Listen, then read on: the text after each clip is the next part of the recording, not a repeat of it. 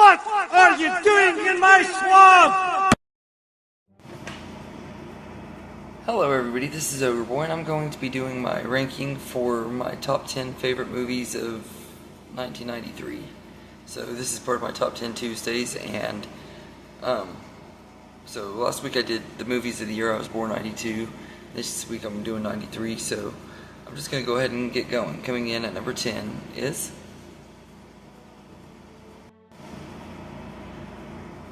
Homeward Bound: The Incredible Journey. This is a really fun family movie from Disney that came out in the 90s about two dogs and a cat who go on this journey through the wilderness to find their family after they had been left on a farm while their family went on vacation.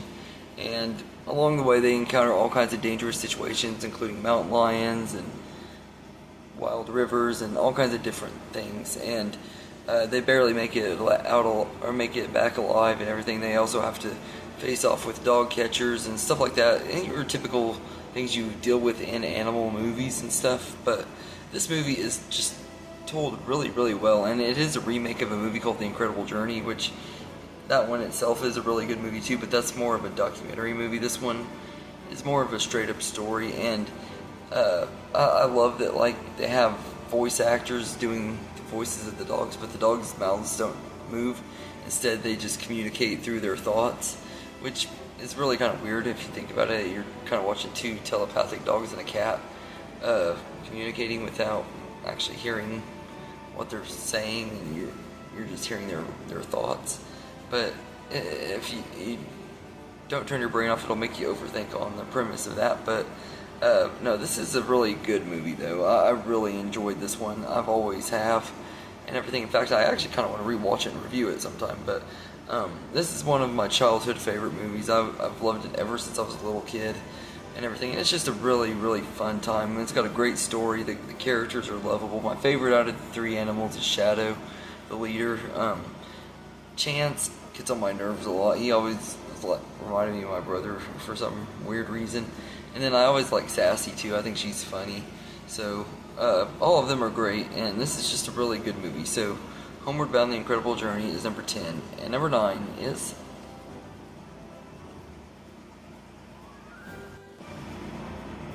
The Sandlot. This movie is absolutely hilarious from start to finish. It is a ton of fun and everything. Another one of my childhood favorite movies that I used to watch all the time as a kid and everything. I'm not really a big sports person, everything, but I don't even really love sports movies very often, but this movie is one that I've always just really enjoyed. I love the whole friendship dynamic between these group of boys and all the shenanigans they get into. The amusement park scene is just a ton of fun and everything, and the whole going over the fence to catch to get the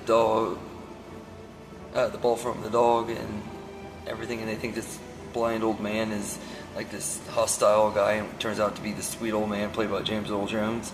Just a really, really great movie, and I'll talk more about it sometime when I review it, but I love The Sandlot. So it's number 9, and number 8 is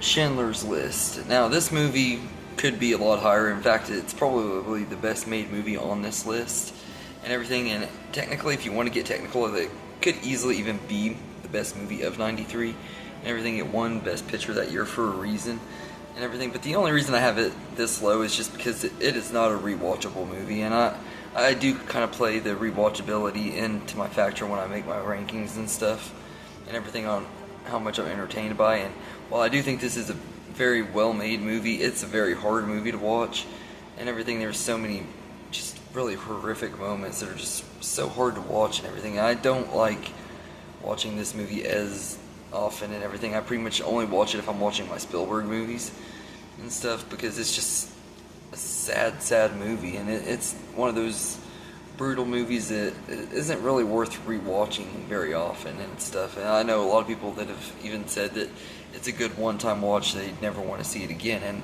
I can totally understand that sentiment there and everything. It's one of those movies that I probably only watch every 10 years or so, and everything. So yeah, Schindler's List is number 8, and number 7 is The Fugitive. Now, this is a movie that I actually haven't seen in a very long time. I need to rewatch it, but I've always loved this movie. I think Harrison Ford is just absolutely amazing in here, and I think it's a crime that he didn't get an Oscar for this role. I don't remember if he was nominated, but he should have been if he wasn't. I don't remember 100%, but I will say that I don't think Tommy Lee Jones deserved that Oscar. There was another performance which will be hot in a movie that's higher on this list, so I'll talk about it when I get to that movie. But I will say Tommy Lee Jones was great in here too, but I don't think he was Oscar worthy. And I think that they just gave it to him because they owed it to him, or felt like they owed it to him.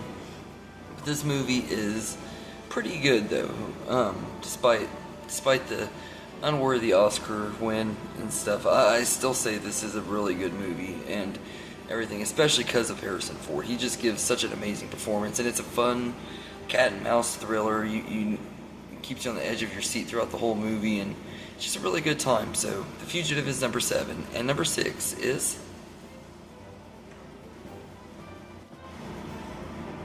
California. This is a movie starring Brad Pitt and Juliette Lewis, who in this movie they go on a road trip with these reporters and stuff, and as the movie goes on we find out that Brad Pitt is actually a serial killer, and killings start happening along the way, and it's a really interesting and intriguing 90s thriller movie, and I really love this movie. I've always I'm a huge fan of Brad Pitt and everything, and this movie is the movie that made me a fan of him. He's just absolutely amazing as this psychotic redneck dude and everything. He just does a really, really great job, and I wouldn't say it's his very best performance probably, but it's one of my favorites and everything, and I'd probably say it's my favorite movie of his. I don't know, I think he's had a lot of good movies, but this possibly is my favorite movie and performance of his. It's one of them for sure, and everything, and it's also one of Juliette Lewis's best. She's absolutely great in here,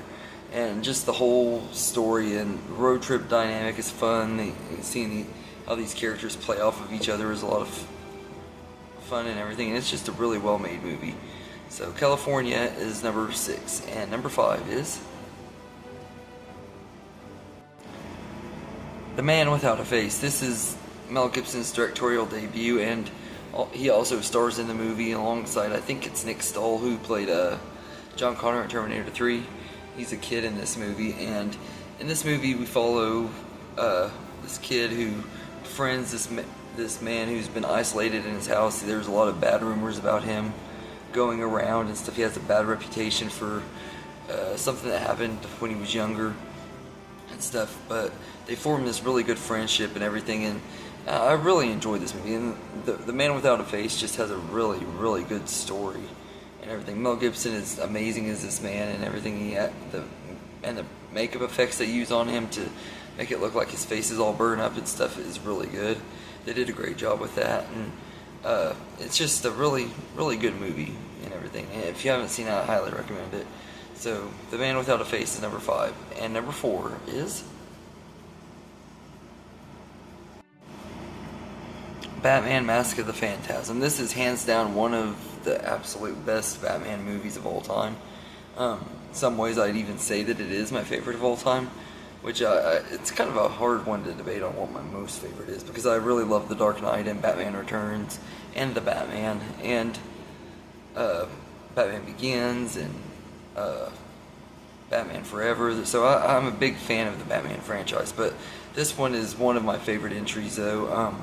Just absolutely love it. The animation is gorgeous and everything. It's even better than it is in the show, and the voice cast are amazing in here, especially Kevin Conroy as Batman. He was the perfect Batman, and of course you can't have him without Mark Hamill as the Joker, who is the perfect Joker too.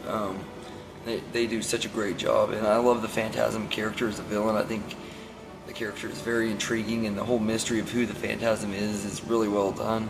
And this is just a really, really great movie and everything. So Batman: Mask of the Phantasm is number 4, and number 3 is What's Eating Gilbert Grape. This is a really, really great movie, and when I was talking about The Fugitive, I said that I didn't think Tommy Lee Jones deserved to win that Oscar, and it's because Leonardo DiCaprio, who was 14 years old in this movie, at the time of making this movie, played a mentally challenged kid, and he just blew it out of the water. He was absolutely amazing in this role, and I honestly think he deserved the Best Supporting Actor award way more than Tommy Lee Jones did that year.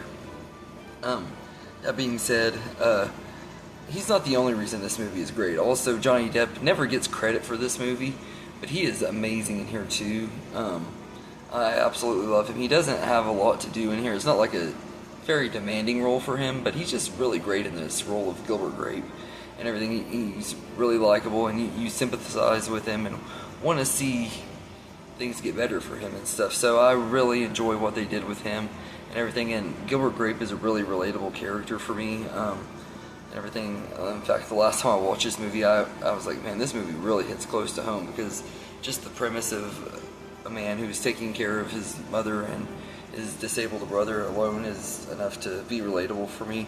But there's a lot to this story that is relatable, and it's just a really good movie and everything. So I really love what's he doing in Gilbert Grape. So it's number 3.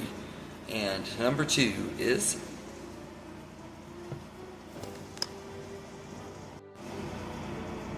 Jurassic Park.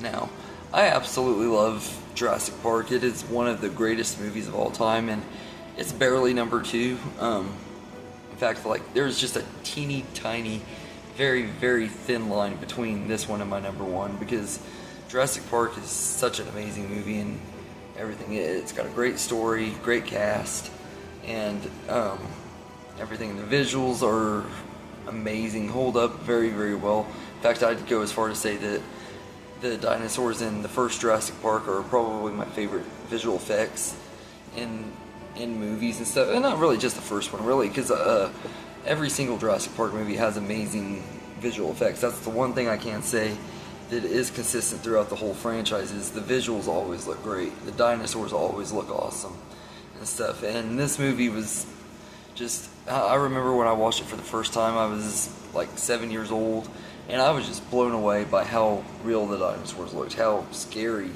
they looked, how intense that scene with the T-Rex breaking out of the paddock was, and the raptors in the kitchen and stuff. I was both terrified and hooked when I saw this movie for the first time, and it still mesmerizes me every time I watch it. The scene when they see the dinosaurs for the first time, one of the greatest moments in the history of cinema. It's just a really, really amazing movie, and just talking about it makes me want to put it at number 1. But there is one movie that I like just a teeny tiny bit more than this one. So coming in at number 1 is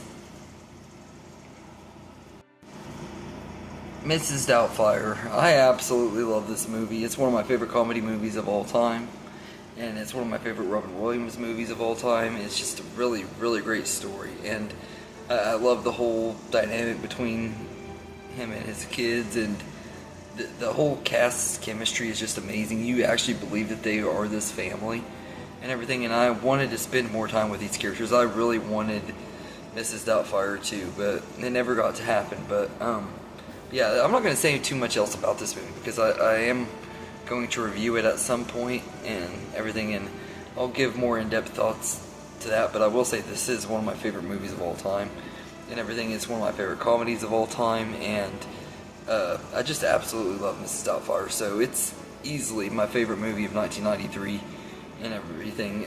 As much as I love Jurassic Park, and they are neck and neck with each other, I do like Mrs. Doubtfire a little bit more and everything. Part of it is sentimental value and stuff. I did see this one before Jurassic Park and stuff. That could be a big part of it too. And just, this movie helped me through a lot of hard times and stuff growing up and everything. As a child of divorce, this movie really was kind of helpful and stuff. So I did enjoy it for that too and everything. And just a really, really great movie. So Mrs. Doubtfire is easily my favorite movie of 1993.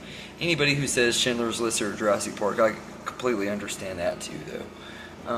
But I personally feel like this is my personal favorite. So anyway, let me know in the comments what your favorite movies of 1993 are. If you want to give me a top 10 list, that's awesome.